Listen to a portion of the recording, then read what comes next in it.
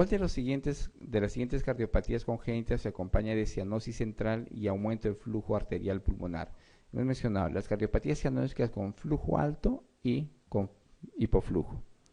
Entonces, las cardiopatías cianóticas congénitas se acompañan con cianosis central, una cardiopatía cianótica, y con aumento del flujo arterial pulmonar. ¿Comunicación interauricular? No. ¿Drenaje venoso anómalo total? ¿Estenosis pulmonar? Estamos hablando de flujo arterial incrementado. ¿La estenosis pulmonar? No. ¿Tetralogía de Fallot?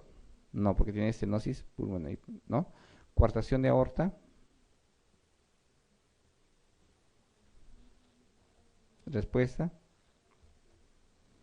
Entonces, las cardiopatías cianóticas, para empezar, coartación de aorta muy pocas veces te produce cianosis. ¿Ya? Cardiopatías cianóticas que tienen hiperflujo, el drenaje venoso anómalo pulmonar, la transposición de grandes vasos, tronco arterial único. ¿Sí? Entonces, la cardiopatía cianótica que cursa con hipoflujo, lo más frecuente es la tetralogía de Fallot por la estenosis. Todo lo que disminuye, lo que cierra la arteria pulmonar, disminuye el flujo hacia la pulmonar. ¿Cuál es el límite de edad para indicar cirugía a un niño con síndrome de Down? El síndrome de Down está relacionado. Entonces, relaciona usted síndrome de Down a canal atrioventricular, ¿ya? Congénito. Entonces, canal atrioventricular relacionado con síndrome de Down. Entonces, ¿cuál es el límite de edad para indicar el tratamiento quirúrgico en paciente con síndrome de Down con canal atrioventricular completo y aumento de la presión pulmonar? ¿En qué momento ustedes dicen este paciente debe operarse por hipertensión pulmonar? ¿Todo niño mayor de?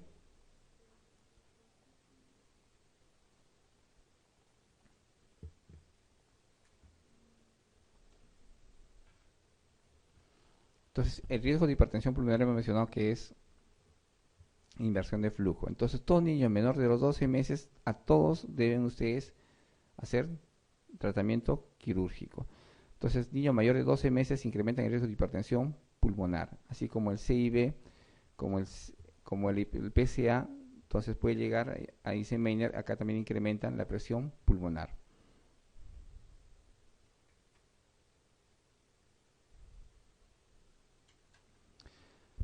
La auscultación de un niño de 5 años de un segundo ruido reforzado en el segundo espacio intercostal izquierdo, línea paraesternal, debe hacer sospechar en hipertensión pulmonar, coartación de aorta, estenosis pulmonar, hipertensión arterial, insuficiencia pulmonar. La auscultación de un niño de 5 años de un segundo ruido reforzado en el segundo espacio intercostal izquierdo, línea paraesternal, debe hacer sospechar en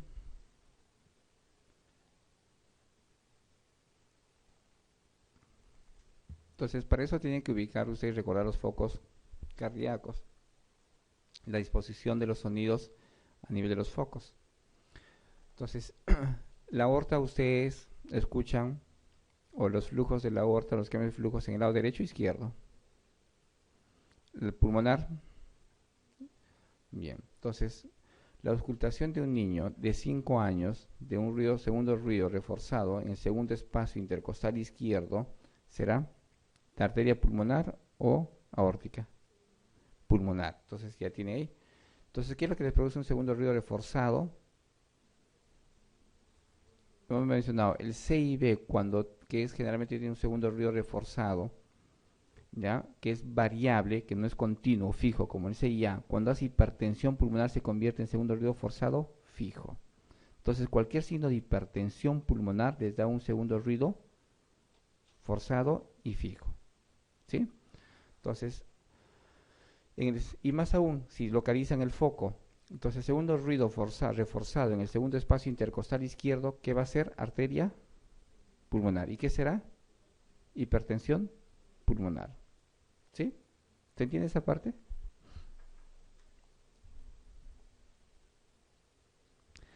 La radiografía de tórax de un niño de 3 años que muestra índice cardiotorácico de 50%, segmento pulmonar saliente y marcas vasculares prominentes en el parénquima corresponde a estenosis pulmonar valvular, cortocircuito arteriovenoso, cortocircuito venoarterial, insuficiencia cardíaca, tetralogía de Fallot.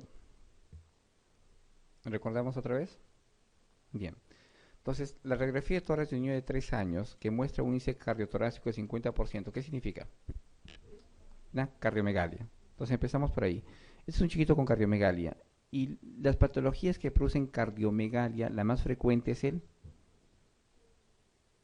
cuando nace. Ustedes ven una cardiomegalia, un corazón grande, lo primero que van a pensar en CIB, ¿ya? Que puede ser pura o que puede ser asociado a otros defectos, ¿ya? Que puede ser cianótica o puede ser acianótica. Entonces, lo primero que van a pensar es un CIB, ¿ya? Entonces, segmento pulmonar saliente y marcas vasculares prominentes en el parénquima. ¿Qué significa segmento pulmonar saliente y marcas pulmonares prominentes en el parénquima? Congestión pulmonar o edema pulmonar. Entonces, voy a tener que reducir mis probables cardiopatías, ¿no? Entonces, ¿qué cardiopatía es la que me produce gran dilatación, una cardiomegalia y que tenga flujo pulmonar? Y es un niño de 3 años. Entonces, los que tienen flujo pulmonar, las acianóticas son CIB, CIA y PCA. ¿Sí? Bien. Entre las cianóticas van a ser, las que tienen flujo alto, va a ser la transposición de grandes vasos, va a ser el drenaje venoso anómalo pulmonar, el tronco único, ¿sí? Entre las más frecuentes. Entonces, si tengo un niño con una cardiopatía grande y que tiene flujo pulmonar, pensaré en CIB, ¿no? Y tiene 3 años. Y menciona si tiene cianosis o no. Radiografía de tórax de un niño de 3 años que muestra índice cardiotorácico del 50%, segmento pulmonar saliente y marcas pulmonares prominentes. Entonces, dentro de estas patologías, ¿cuál producirá flujo pulmonar? ¿La estenosis pulmonar valvular? No. Ya puede, incluso con eso ya puede ser diagnóstico. Decir, ¿qué es? ¿No es así? Es un CIB, ¿no? Un CIB. Entonces, ¿será una estenosis pulmonar valvular? No. ¿Será tetralogía de Fallot? No, porque la tetralogía es hipoflujo. ¿Será insuficiencia cardíaca? Vamos a ver. Podría ser, porque el paciente podría terminar en insuficiencia cardíaca, por el CIB podría terminar en insuficiencia cardíaca. Cortocircuito venoarterial de la vena hacia la arteria, no, va a producir hipoflujo. Cuando hay cortocircuito arteriovenoso es donde se produce el cortocircuito, que es el CIB, CIA, PCA. Cuando hemos mencionado las cardiopatías acianóticas con cortocircuito de izquierda a derecha, son los que producen flujo pulmonar dentro de las acianóticas las más frecuentes. ¿Sí? Entonces, ¿qué están? Para tener entonces un paciente con congestión pulmonar, el cortocircuito debe ser arteriovenoso. Entonces, más aún, si tengo un paciente con cardiomegalia, ¿la tetralogía de Fallot les produce cardiomegalia? No, corazón pequeño. ¿La transposición de grandes vasos les produce cardiomegalia? ¿Cómo es la forma del paciente con tetralogía de Fallot? ¿Cómo es el corazón en la radiografía? Nos olvidamos de mencionar. No, la tetralogía de Fallot no es grande, pero tiene la forma de sueco, zapato en sueco, bota o zapato en sueco. La transposición de grandes vasos tiene una forma ovalada, con pedículo estrecho. ¿Por qué el pedículo es estrecho? Por la forma de la disposición. El pedículo es ancho por la disposición en espiral, porque la aorta va hacia dónde? Hacia el lado derecho y la pulmonar hacia el lado izquierdo. Esa disposición del lado derecho y lado izquierdo hace que el pedículo, el mediastino, sea ancho. Entonces, si yo tengo un paciente con una disposición en paralelo de los grandes vasos, mi pedículo va a ser estrecho. El mediastino va a ser pequeño, delgado. Entonces, un corazón ovalado con pedículo estrecho y que no tenga flujo pulmonar o esté disminuido va a ser una probable tetralogía, transposición de grandes vasos, ¿no? O una que tenga hipoflujo. El drenaje venoso anómalo pulmonar tiene característica de 8 o un muñeco de nieve. Entonces la base es ancha y la parte superior, el pedículo a nivel mediastino es pequeño. Es una imagen en 8, el drenaje venoso anómalo pulmonar. Entonces, si es un corazón grande, cardiomegalia, con congestión pulmonar, lo más frecuente es que sea un cortocircuito arteriovenoso. Señale la afirmación que considere falsa. Entre las siguientes, relativa a las cardiopatías congénitas con cortocircuito arteriovenoso. Constituye una frecuencia aproximada del 40 al 40% de todas las cardiopatías. ¿Es factible un enfoque diagnóstico con la clínica y radiología simple? La hipertensión pulmonar es una complicación potencialmente grave. La crisis de hipoxia es la complicación aguda más frecuente. La cirugía ofrece buenos resultados evolutivos.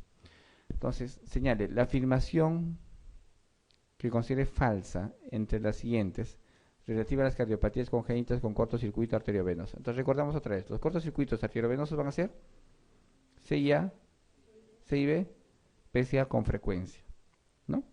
Entonces, constituye una frecuencia de aproximadamente 40% de todas las cardiopatías. La más frecuente, la que le sigue en frecuencia, PCA, CIA, ¿no es así? Y si consideran entre todas, yo creo que es la más frecuente, 40% es considerable, yo creo que sí. ¿Es factible un enfoque diagnóstico con clínica radiológica simple? ¿Ustedes pueden hacer diagnóstico con radiografía simple? ¿Qué van a ver ustedes en la radiografía simple? No solo van a ver cardiomegalia, ¿qué más van a ver? ¿Qué pasa en los pulmones? En los pacientes con flujo arteriovenoso, con flujo de izquierda a derecha. ¿Qué vamos a ver? Congestión pulmonar. Entonces, que ustedes vean congestión pulmonar en un paciente ya les debe hacer sospechar una cardiopatía con flujo de izquierda a derecha. ¿Sí? Con una radiografía simple ustedes, si ven cardiomegalia como la anterior, cardiomegalia y congestión pulmonar o edema pulmonar, entonces esto es una cardiopatía cianótica con flujo de izquierda a derecha. ¿Sí? La hipertensión pulmonar es una complicación potencialmente grave. Entonces los pacientes terminan haciendo hipertensión y van a terminar haciendo Eisenmenger. ¿Sí? La crisis hipóxica es la complicación aguda más frecuente. La crisis de hipoxia, ¿en quiénes se va a dar? En las cianóticas. ¿Y en qué patología con mayor frecuencia? La crisis de hipoxia, ¿en quiénes sea? ¿En qué patología más frecuente? En las cianóticas, pero más frecuente por su incidencia en la tetralogía de Fallot. Los Fallot hacen crisis de hipoxia, se ponen azules. Bien, ¿por qué no se puede producir? Se producirá crisis de hipoxia en un niño con CIB o PCA. ¿En qué momento se puede dar?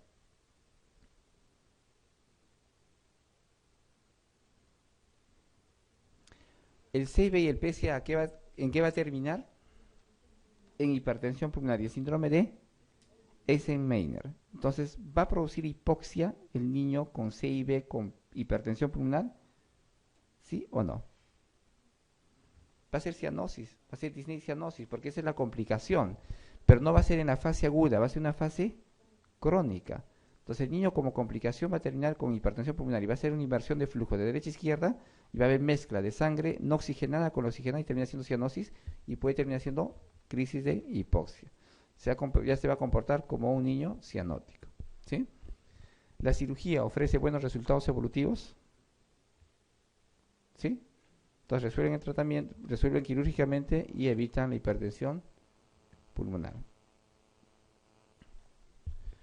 Con respecto a la incidencia de cardiopatías congénitas, señale el enunciado falso. La cardiopatía congénita más frecuente en el niño es la CIB. La cardiopatía congénita cianótica más frecuente en el adulto es el Fallot. Las cardiopatías congénitas más frecuentes en el adulto son la CIA y la válvula aórtica bicúspide. La cardiopatía congénita cianótica más frecuente en el recién nacido es la transposición de grandes vasos. La coartación de aorta es la más frecuente en la infancia. El enunciado falso. La cardiopatía congénita más frecuente en niños CIB, nunca se olviden.